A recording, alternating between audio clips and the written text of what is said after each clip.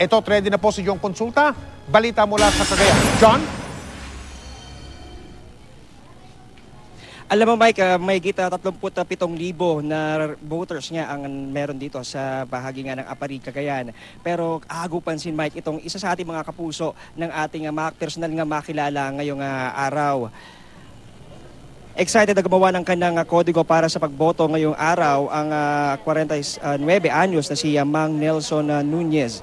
Gusto ro kasi niya mabilis na makaboto pagdating sa kanyang presinto. Taong 1991 nang maputol ang kanyang kamay at braso matapos makuryente sa kanyang pinagtatrabahuan. Giit ni Mang Nelson ay hindi raw hadlang ang kanyang sinapit at kapansanan para marinig ang kanyang boses ngayong eleksyon, alang-alang daw sa kinabukasan ng kanyang mga anak. Pagdating sa eskwelahan ay agad niyang sinubukang hanapin ang kanyang presinto at kanina ay para mas mabilis ang kanyang paghahanap ay nagpunta kami sa website ng GMA News para makita ito. Kanina Mike ay nakakatuwa no, nung nakita nga natin na matapos nga niyang pahayag ang kanyang boto at mailagay sa POS machine ay sa halip na kamay ay nilagay yung indelible ink sa kanyang paa. Ito ay parang tanda na raw ng kanyang pagtupad sa kanyang tungkulin bilang mamamayan dito nga sa bahagi ng Apari. At sabi niya ay gusto raw niya na maging halimbawa sa iba pang mga tao may kapansanan na hindi raw hadlang ang kanilang katayuan sa buhay para iparinig ang kanilang boses sa lahat ngayong eleksyon.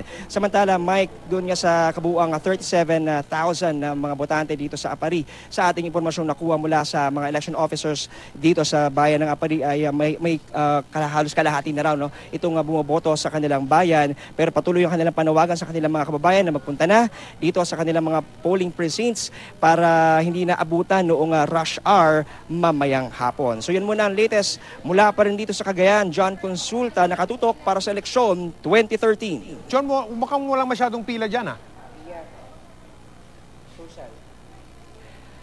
Tama ka doon Mike, talagang dito sa Apari mukhang ang gusto nila maaga talagang pumila dito sa mga polling precincts. Kanina yung bugso at ngayong magatanghali na nga medyo wala na no, halos itong mga polling precincts. Mangilan-gilan pa rin mga dumadating at sabi nga nila ay gusto nilang samantalahin yung mga nagla-lunch break. Pero meron tayong mga sa ating impormasyon nakuha Mike, meron pa ring mahigit na 20,000 na inaasahan no, mula sa iba't ibang mga lugar at nais nila na hikayatin itong kanilang mga kababayan na magpunta na dito sa kanilang mga polling precincts at wag nang antayin yung siksikan mamayang hapon para maging maginhawa ang kanilang karanasan ngayong eleksyon 2013, Mike. Yan ang maganda. John, kung ready pala sa ating control room, makikiusap tayo.